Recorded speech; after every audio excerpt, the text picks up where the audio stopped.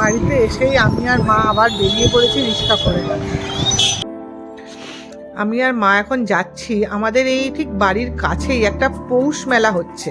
তো আমি লাস্ট কদিন ধরেই অফিস যাতায়াতের পথে দেখছিলাম যে তার একটা ব্যানার টানিয়ে দিয়েছে যে পৌষ মেলা হবে। খুব ছোট্ট মেলাটা হচ্ছে, কিন্তু এই পৌষ মেলাগুলোতে যেতে আমার খুব ভালো লাগে। তো আজকে ছাড়া আর সময় হবে না, তাই জন্য মাকে বললাম। যদিও কাল রাতে আমি শিবকে একবার বলেছিলাম যে আমাকে কি একটু মেলায় নিয়ে যাবে, কারণ আমি মেলায় যেতে ভীষণ ভালোবাসি। তো শিব তখন বললো যে না, আমি নিয়ে যেতে পারবো না। তখন মাকে বলেছিলাম যে মা, আমরা কালকে বিকেলবেলা ফিরে পৌষ মেলায় যাবো। তো মা রাজিও হয়ে গেছিলো। সেই মতোই এসে আমি আর মা একটু কিছু খাওয়া দাওয়া করেই বেরিয়ে পড়লাম মেলার উদ্দেশ্যে। ও বাবা, এসে দেখছি এটা মেলা নয়, এটা পৌষ উৎসব। এই পৌষ মেলাগুলোতে আসতে আমার কেন ভালো লাগে, এখানে প্রচুর সুন্দর সুন্দর খাবার দাবার পাওয়া যায়, মানে অনেক পিঠেপুলি বিক্রি হয়। কিন্তু এখানে এসে দেখছি জিনিসটা পুরো অন্যরকম। এটা হচ্ছে পুরো একেবারে মানে জামা কাপড়ের স্টল। এখানে টোটাল 49টা স্টল বসানো হয়েছে। সেই বিভিন্ন রকম লোকজন এসে স্টল দিয়েছে।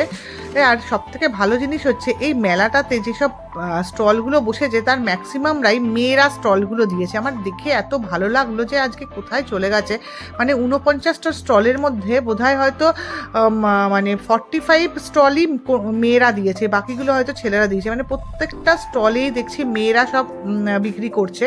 দেখে এত ভালো লাগলো, এত সুন্দর মেলাটা। খুব ছোট্ট মেলাটা, কিন্তু মানে খুব সুন্দর করে সাজানো গোছানো মেলা। তো যাই হোক, মেলা ঘোরা মোটামুটি আমার আর মায়ের হয়ে গেছে, কিছুই কিনিনি। তো মা আমাকে জিজ্ঞাসা করছিল যে আমি কিছু খাবো কিনা, কারণ মেলায় আসতে আমি খুব ভালোবাসি ছোটোবেলা থেকেই। সেই একদম ছোট্টবেলা থেকে আমার মেলা ঘুরতে খুব ভালো লাগে। তো আমি মাকে বললাম না, কিছু খাবো না, কারণ আমরা তার আগেই বাড়িতে ফিরে কিছু খাওয়া দাওয়া করেই বেরিয়েছিলাম। তো মেলা ঘোরা আমার অলমোস্ট হয়েও গেছে।